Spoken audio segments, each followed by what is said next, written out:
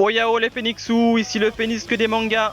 Aujourd'hui, c'est le 4e numéro du rugissement des Phoenixu qui portera sur l'anime One Piece.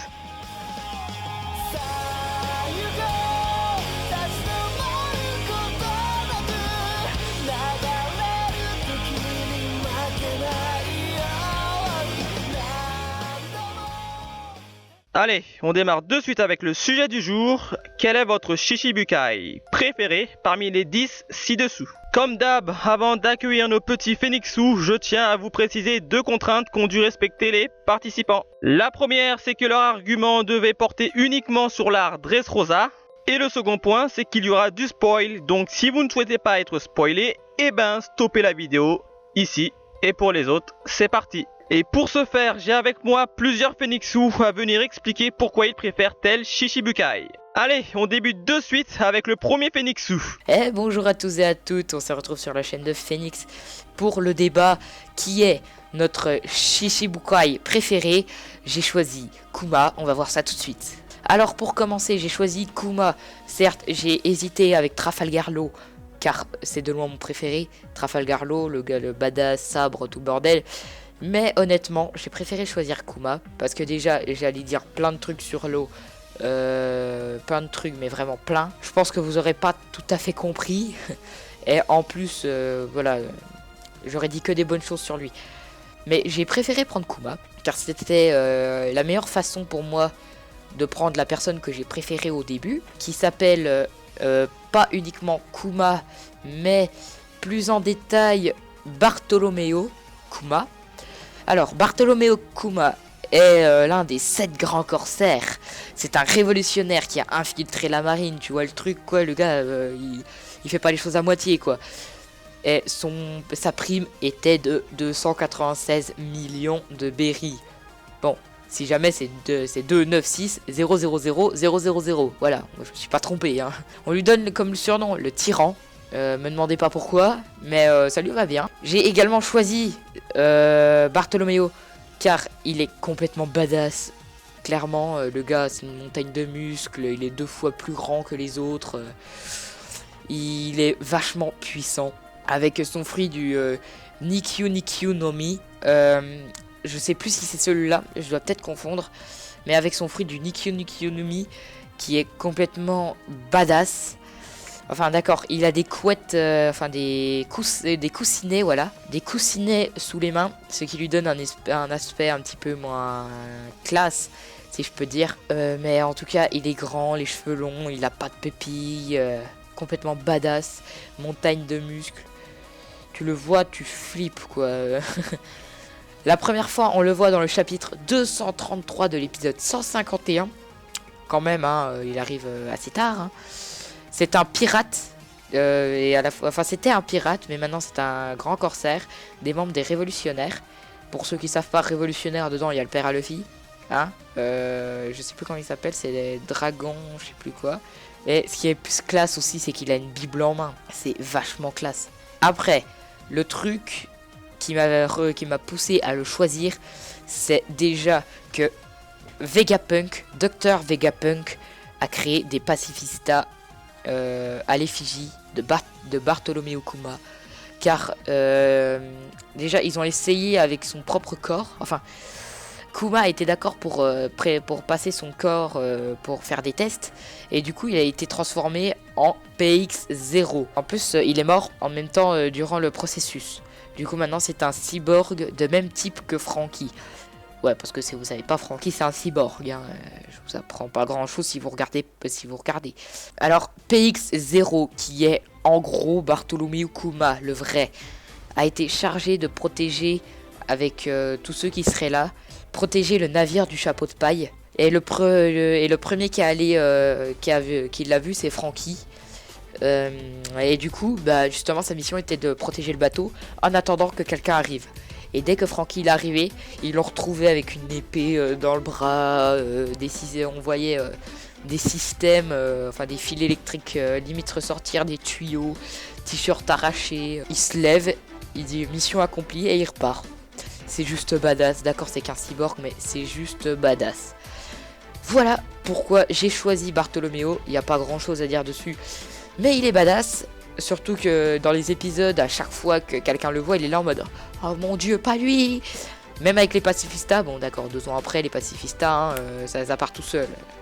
C'est un petit coup à gauche, un petit coup à droite et c'est fini. Voilà, donc j'espère que mon point de vue vous aura plu. J'espère que tu as tout ça dans la boîte Phoenix. Et dans ce cas, je vous dis bonne vidéo tout le monde. Ah, Bartolomeo Kuma. Il paraît calme, mais il en impose tout de même. Ok, c'est noté Xinwix, et on passe de suite au suivant. Salut les gens, c'est Loki. Aujourd'hui, je suis invité par le Phoenix des mangas pour pouvoir présenter mon Chichibukai préféré, celui que je considère comme le meilleur. Et pour moi, c'est Mihawk. Et ce, pour plusieurs raisons. Pour commencer, ce personnage, rien que dans son physique, il pète la classe. Ce mec a un regard qui te transperce sans même avoir à se concentrer. Il a une aura stylée, il a la moustache, bon ça aide. Il a un look qui déchire, il est classe déjà. Il a une apparence, c'est celui qui avec Hancock qui ressemble le plus à un humain, donc auquel on peut s'identifier. Ensuite, ses capacités. Il n'a aucun super pouvoir en lui-même, il n'a pas mangé le fruit du démon, il n'a vraiment aucun pouvoir. Il se contente d'avoir une épée, une maîtrise absolue et d'être extrêmement puissant. Et ça lui suffit à niquer des personnages comme des Logia. Il peut trancher à peu près tout n'importe quoi et arrive même à faire reculer Luffy sur la bataille de Marineford. Ce mec a tout pour plaire. En plus, son épée, faut le dire, elle est énorme, la lame de couleur noire rajoute à son effet et en forme de croix. Donc une symbolique religieuse derrière. Mais il n'y a pas que ça. Le Mihawk lui-même est aussi un personnage très sombre de par son passé. On ne sait presque rien de lui et il est très mystérieux. Cependant, on arrive très bien à s'identifier à lui, c'est le mentor de Zoro juste avant la time skip. Et un personnage qui est très intéressant. Sa personnalité est profonde, même s'il a un grand sens du devoir envers Marineford et tout, comme on l'a vu dans Marineford, et qui a aussi un grand sens du sacrifice, il sait aussi se poser et rester chez lui, il s'est carrément pris une. Et le mec est tellement badass qu'il vit sur une île où il y a eu des guerres, où il y a eu constamment des guerres, où des singes vivent pour s'entretuer. Il a une aura qui impose. Sans parler du fait que ce type est un sabreur, c'est le plus grand sabreur du monde. Qu'est-ce que tu veux? Tu as plein de possibilités avec ça. Et comme j'ai dit, c'est juste parce qu'il a un sabre qu'il est puissant.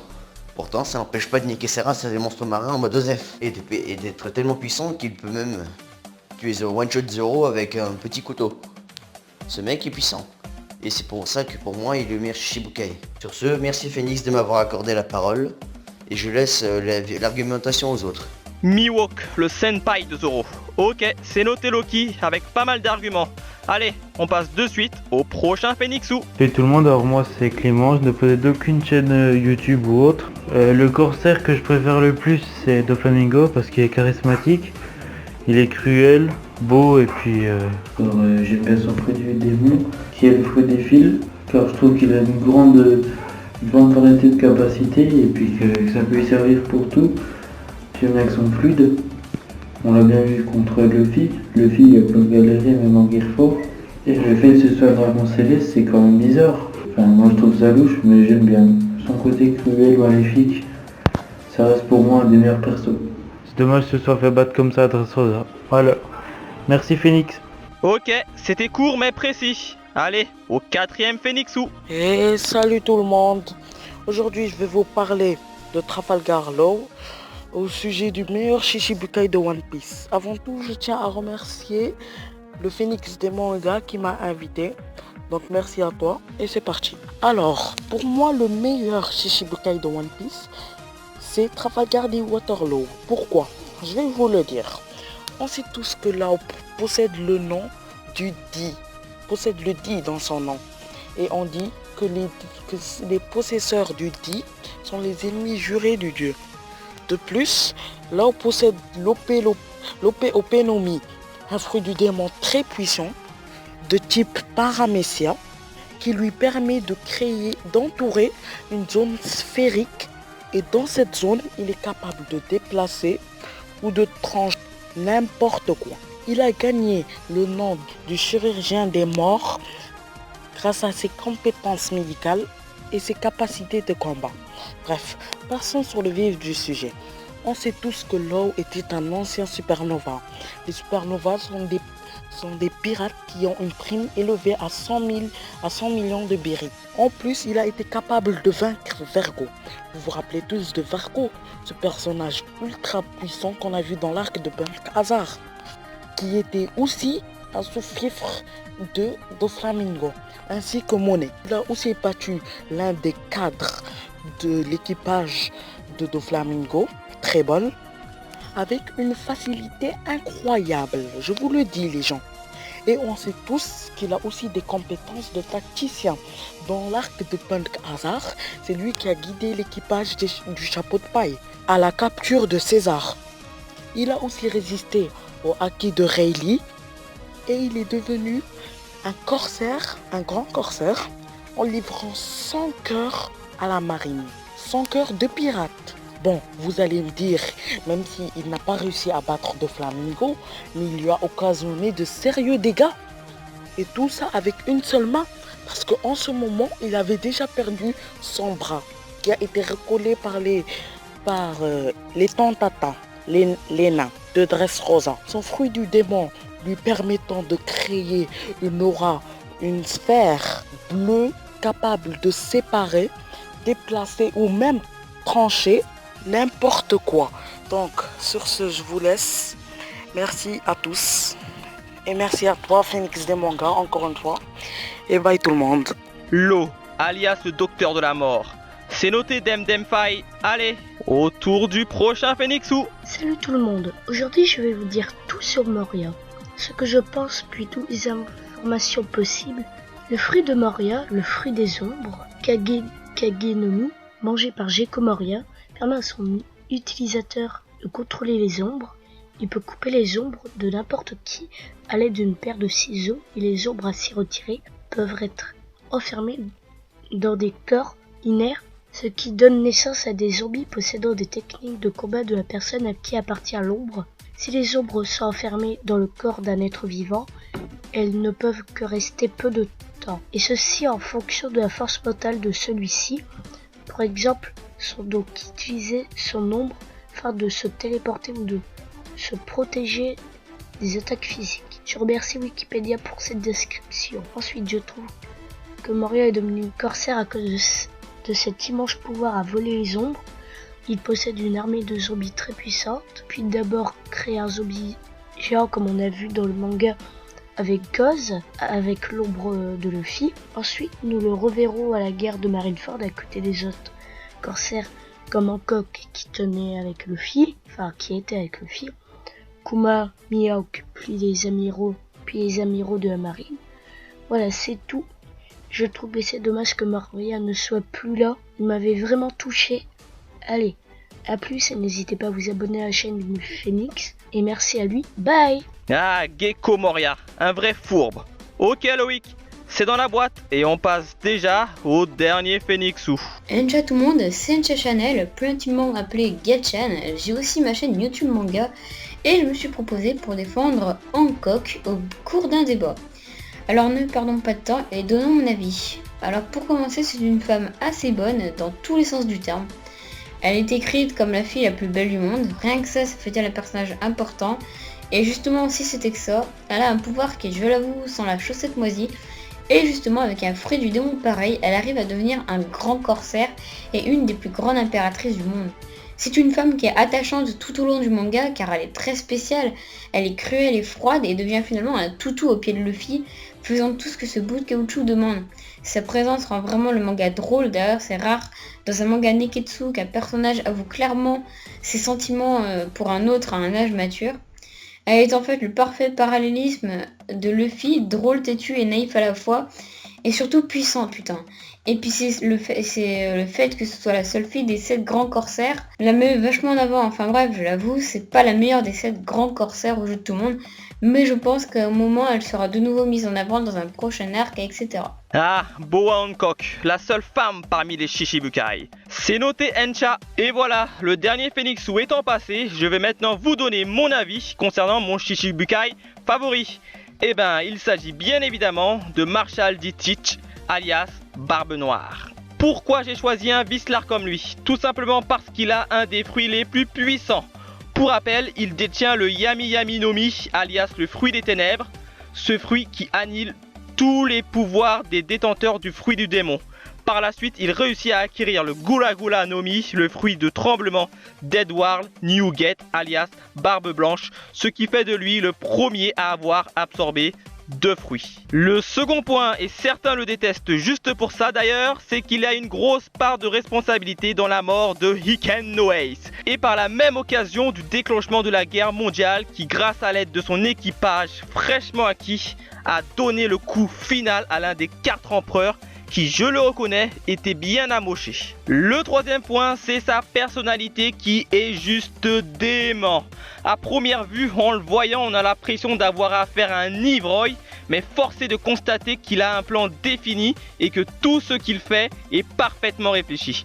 Pour exemple, il livre Ace, même si à l'origine c'est Luffy qu'il voulait, à la marine afin qu'il reçoive le titre de Shishibukai et qu'il puisse pénétrer dans la prison d'Impel Down. Enfin, le dernier point qui a toute son importance, qu'on le veuille ou non, c'est que Barbe Noire a été membre de l'équipage de Barbe Blanche, et plus précisément sous le commandement de Portgeist the Ace. Pour rappel, il a réussi à tuer Satch, le commandant de la 4e flotte, pour s'emparer du fruit qu'il convoitait. Et quand on sait que les commandants des flottes sont tous balèzes, vous imaginez un peu la force de ce dernier. Bref, je pourrais m'éterniser longtemps sur lui, mais je pense que j'ai dit les éléments principaux. Et c'est pour ces raisons que Marshall D. Teach, plus connu sous le nom de Barbe Noire, est mon Shishibukai favori. Voilà, c'est tout pour moi. N'hésite pas à me laisser ton avis sur la vidéo et à me dire quel est pour toi ton Shishibukai favori dans les commentaires. Je tiens également à remercier tous les Phoenixous d'avoir participé à ce sujet qui a été une première pour pas mal d'entre eux encore une fois. Quant à moi, je vous dis à très vite pour un nouvel épisode qui portera sur une nouvelle série. Vous pourrez trouver le prochain sujet dans la description. Alors n'hésitez pas à me dire dans les commentaires si vous souhaitez participer. Sur ce, bye les Phoenixous.